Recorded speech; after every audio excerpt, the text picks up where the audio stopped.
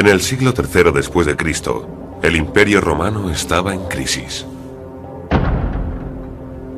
Sufría ataques del exterior y divisiones internas. Fue un soldado quien reunificó este fracturado imperio. Lo hizo en el nombre de un solo Dios y cambió el curso de la historia. Se llamaba Constantino.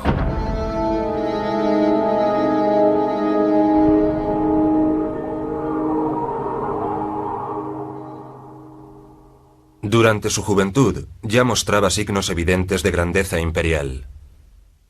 Eusebio.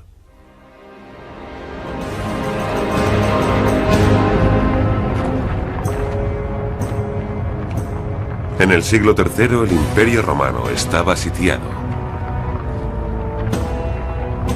En Oriente, los ejércitos persas arrasaban las provincias más debilitadas.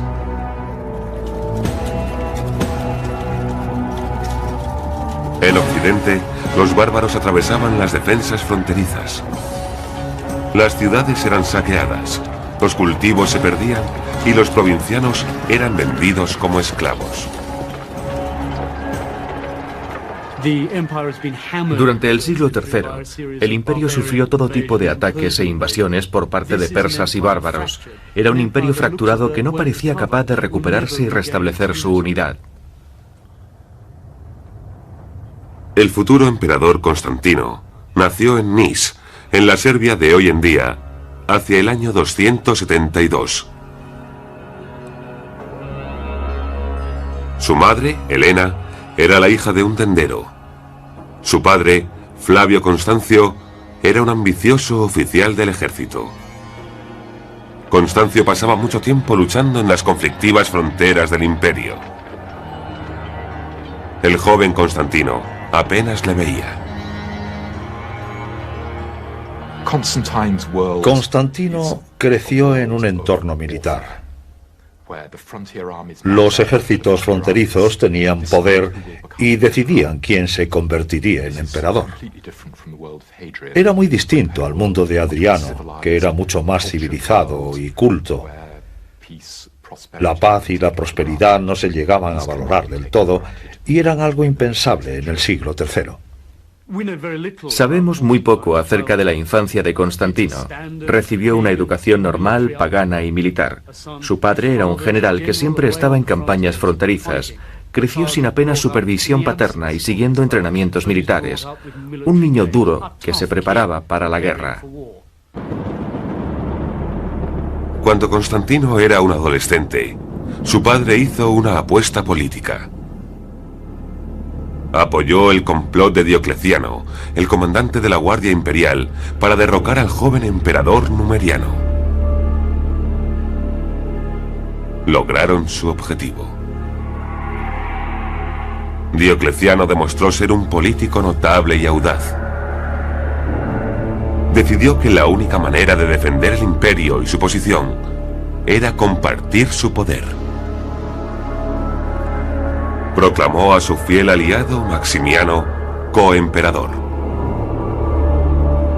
Ambos adoptaron el título de Augusto, el primer emperador romano. Diocleciano se convirtió en Augusto de la región oriental del imperio. Y Maximiano se encargó de la parte occidental.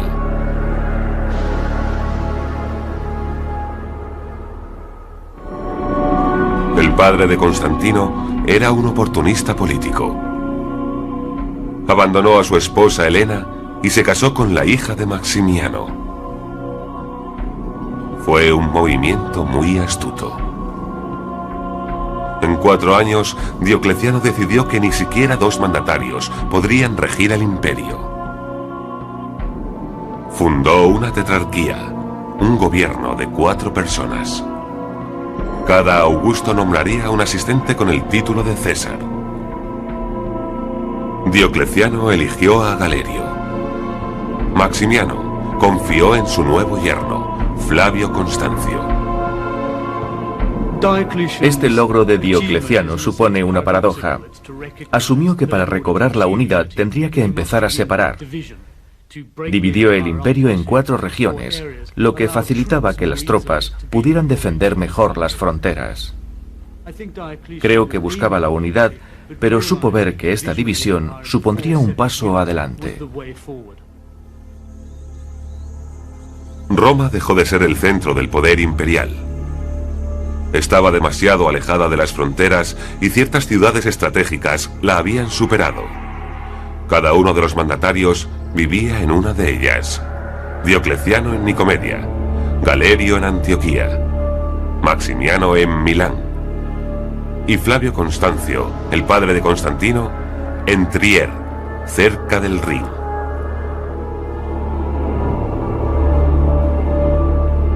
Constantino, a los 21 años, se vio pronto envuelto en las intrigas imperiales.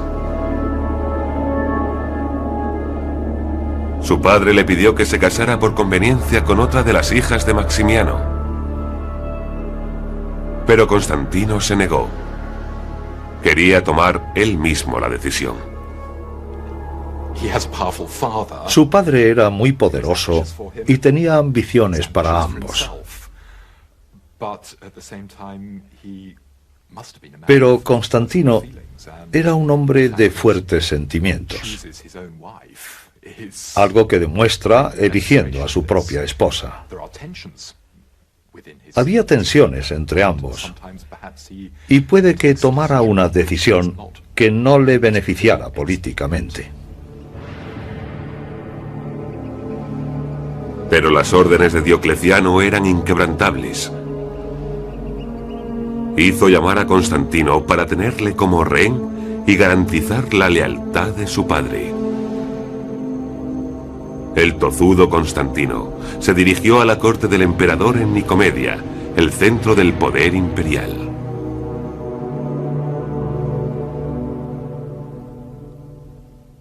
Su ambición de poder era extrema.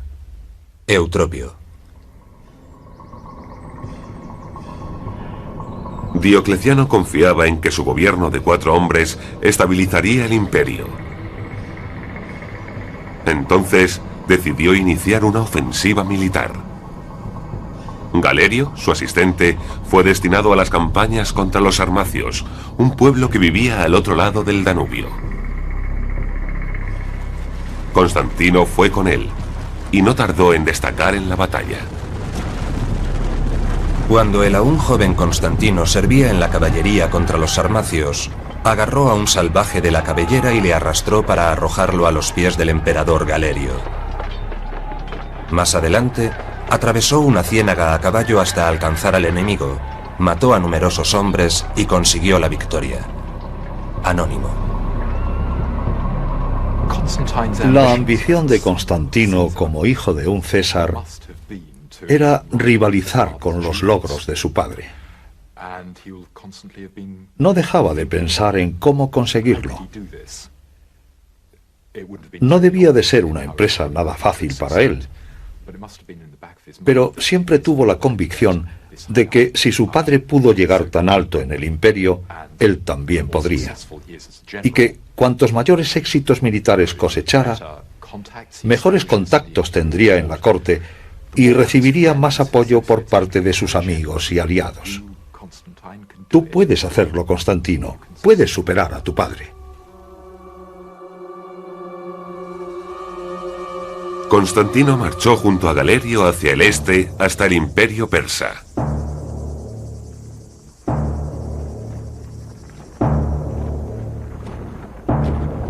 Fue una campaña triunfal que culminó con la conquista de la capital, Ctesifón. Constantino volvió a Nicomedia como un reputado y valeroso militar. El emperador Diocleciano se apercibió sin duda de su ascenso. La posición de Constantino era muy peligrosa. Debía de tener muchos enemigos. Diocleciano no quería que hubiera dinastías, así que por un lado Constantino le era útil, pero por el otro debía vigilarlo muy de cerca, para evitar que protagonizara algún tipo de complot contra él. Diocleciano no le quitaba el ojo de encima. Aparentaba cuidar de él, pero en realidad lo observaba con atención.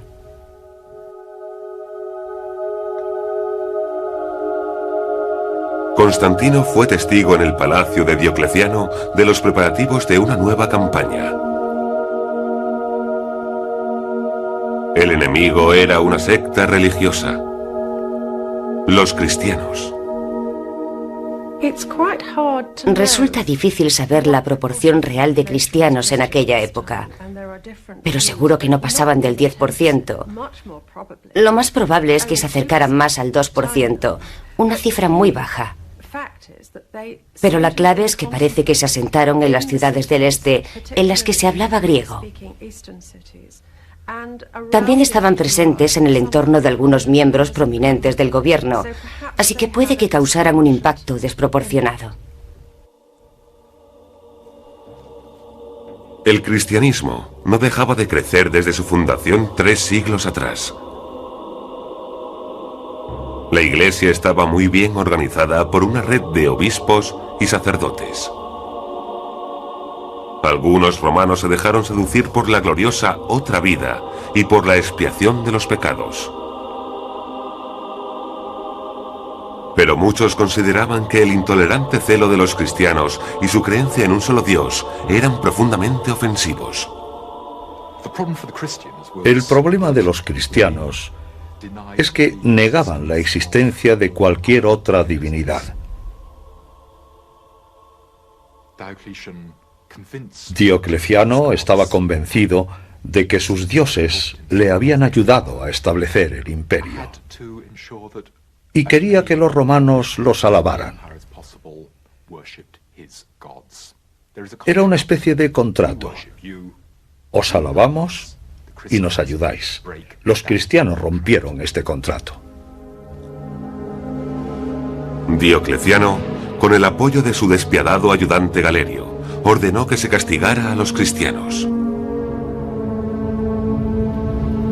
El 24 de febrero del año 303 después de Cristo, se declaró un edicto de persecución.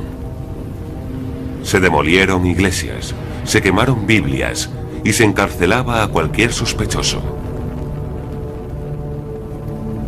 Aquellos que no se retractaran serían encerrados, torturados y ejecutados.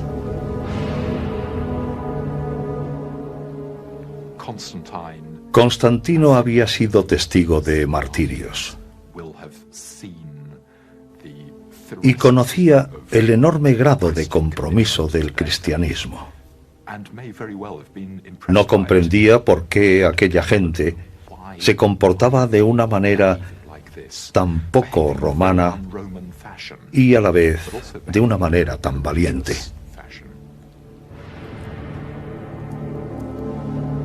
Constantino necesitó reunir valor y fe para alcanzar sus ambiciones políticas en el escenario del imperio.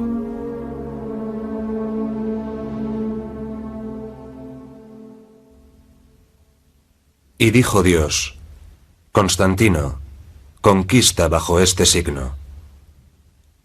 Sozomeno. Tras 20 años en el poder, la salud de Diocleciano empezaba a flaquear. Decidió retirarse y nombró a Galerio emperador de Oriente. El padre de Constantino recibió el título de Augusto y tomó el mando sobre Occidente. Constantino esperaba convertirse en uno de los nuevos Césares. Flavio Constancio tenía un hijo, Constantino, un joven íntegro y merecedor sin duda del rango de César. Su presencia era distinguida y apropiada. Su talento militar y su extraordinaria afabilidad le hicieron ganarse el afecto de los soldados y el voto del pueblo. Lactancio. Pero Galerio no tenía ningún interés en crear una dinastía rival en el oeste, y Constantino no resultó elegido.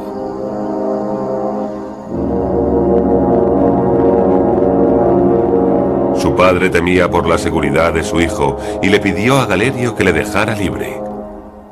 La petición fue rechazada. Es el hijo de un emperador de Occidente.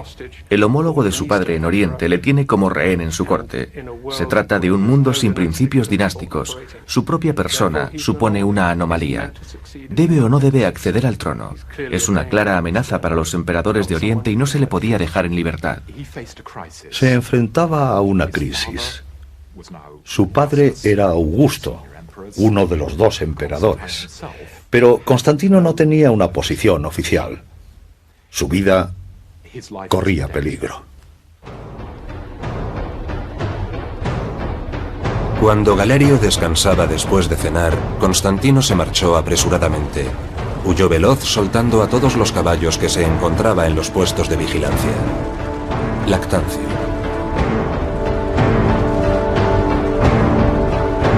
Constantino cabalgó durante cientos de kilómetros hasta las costas de Galia.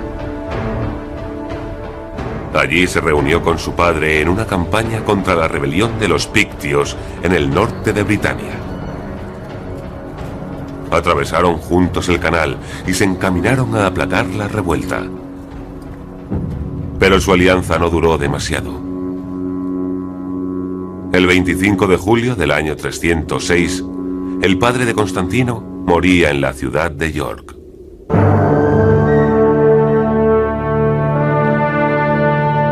Poco después, sus tropas le nombraron emperador de Britania y Galia.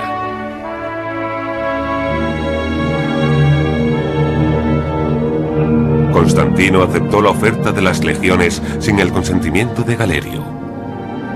Volvió a la capital, Trier, acompañado por su hijo Crispo y su segunda esposa, Fausta. Había usurpado el poder y su futuro era incierto. La posición de Constantino era muy delicada. Acababa de ser elegido por las tropas de Britania y había muchos más territorios en el imperio. Necesitaba legitimidad. Constantino, con 34 años, se apresuró a afianzar su autoridad. Se pronunció abiertamente en contra de la persecución de los cristianos. Ordenó la liberación de todos los prisioneros. Esta acción le aseguró el apoyo de una importante minoría. Hubo un proceso de cambio religioso. Constantino aprendió más acerca del cristianismo y sobre la ayuda que podría prestarle esta religión. Recordó la resistencia y el valor que demostraron los cristianos que superaron el martirio. Se trataba de un culto que le podría ser muy útil.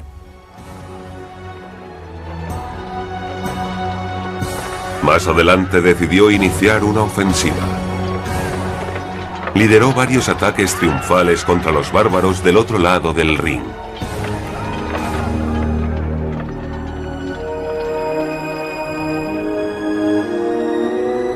Algunos prisioneros fueron trasladados a Trier para servir de entretenimiento en el circo local. Constantino, que regía las Galias con gran éxito, atacó encarnizadamente a francos y germanos. Capturó a sus reyes y los exhibió en unos magníficos juegos para que se enfrentaran a bestias salvajes. Eutropio. Trabajaba en el marco de la tetrarquía. Y creo que se veía a sí mismo como un tetrarca poderoso y efectivo, un mandatario de una parte del mundo romano. El éxito de su régimen le hace tener crecientes esperanzas en su propia figura. Constantino no tardó en dominar Occidente, pero el centro del imperio, Roma, Italia y el norte de África, había sido ocupado por otro usurpador, Magencio. A principios del año 312, Constantino entró en Italia cruzando los Alpes para ocupar dichos territorios. Ganó 2 batallas en el norte y marchó hacia Roma. Magencio derribó todos los puentes que cruzaban el Tíber y preparó a sus ejércitos para la batalla más decisiva. Las legiones de Constantino acamparon cerca del puente Milviano. Durante los preparativos finales, Constantino hizo unas dramáticas declaraciones ante sus hombres. Aseguró haber sido testigo de una visión divina.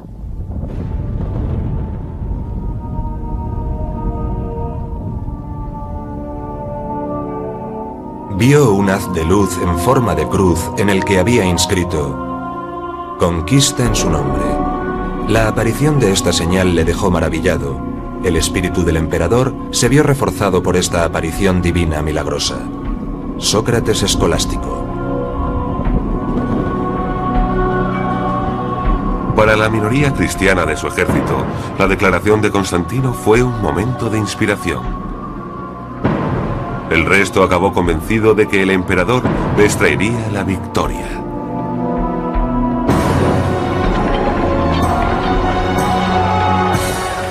La batalla fue sangrienta y breve.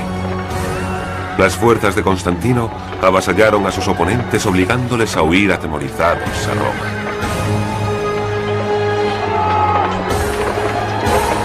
Cientos de ellos, incluido Magencio, se ahogaron en el Tíber.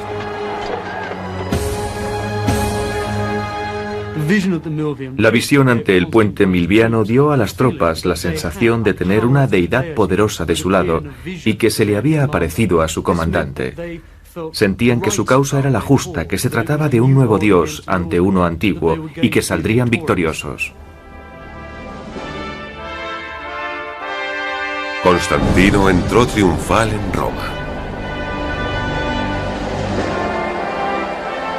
6 años después de la muerte de su padre, él también se convirtió en Augusto del Imperio Occidental.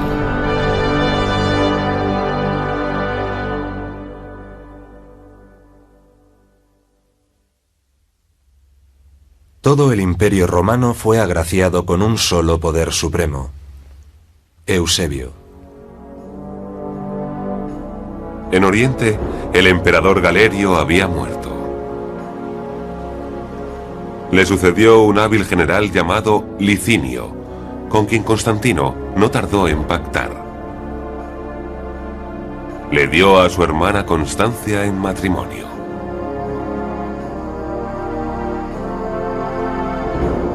El imperio quedó dividido en dos: Constantino en Occidente y Licinio en Oriente.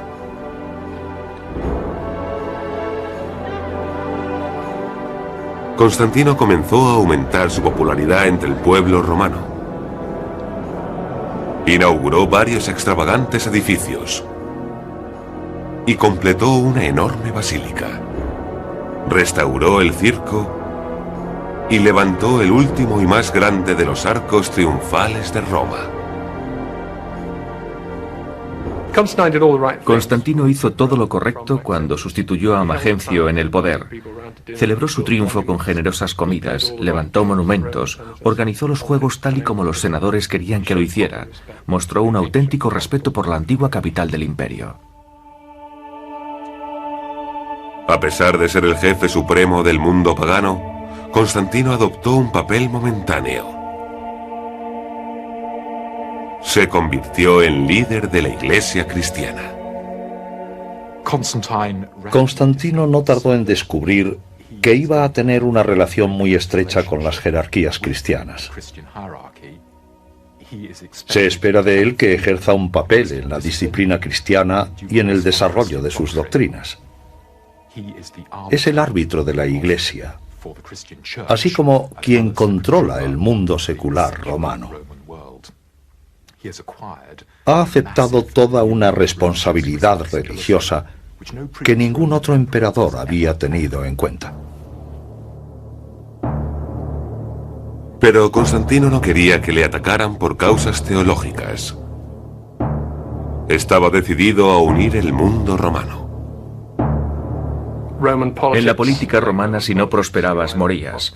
El precio del fracaso era siempre la muerte. Si entrabas en el juego, lo hacías con todas las consecuencias. Constantino rompió su pacto con Licinio y marchó hacia los Balcanes. Tras 2 encarnizadas batallas, quedaron en tablas. Licinio declaró una tregua y reconoció a su oponente como emperador único. Pero no era suficiente. Desde el año 312 se había establecido en Occidente como un poderoso mandatario. Cada vez tenía más control sobre las provincias balcánicas. Y su cargo en la Iglesia cristiana le ayudaba a obtener éxitos en Oriente. La gente del Este buscaba en él protección y esperaban que contara con ellos. Hacia el 324, Constantino volvió a declarar la guerra a Licinio. En Adrianópolis se libró una descomunal batalla. Constantino tenía 52 años y, a pesar de estar herido en una pierna, lideró a sus hombres hasta la victoria.